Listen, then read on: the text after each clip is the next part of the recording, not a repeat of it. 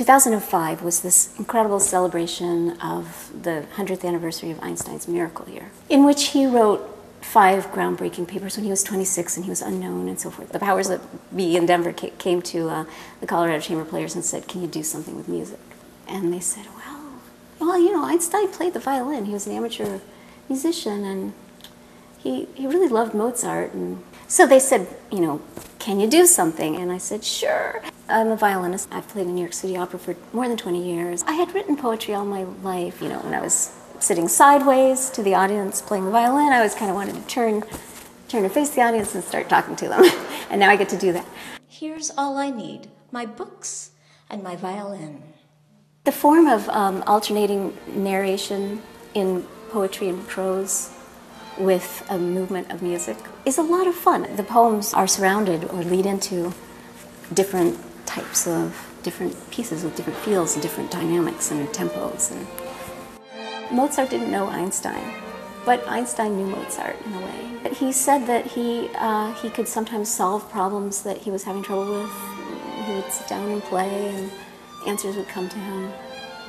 He just said that Mozart was, the greatest composer. He said that it was as if the music, he didn't compose it, he just found it. It already existed. But I also began to find out that they had so much, a tremendous amount in common.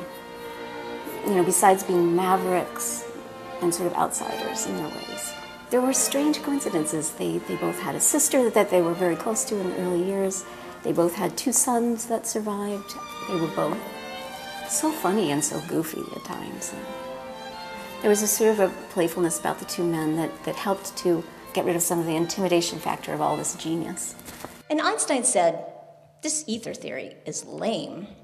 For some reason, when I read about his rejection of the ether theory, which I knew nothing about before, it just caught my imagination. I just thought, that's something I have to write about. Excuse me, dear physicists, please make a note. What kind of pulled me in, and maybe this is part of the musician-poet thing, was a rhythm. Articulate, it's both wave and particulate.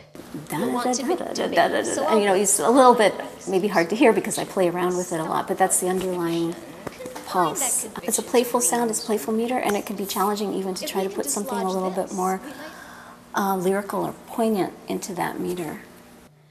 Then Papa would blame him when Mama was dead. There had to be something, I sort of felt, there had to be something that would tie it together.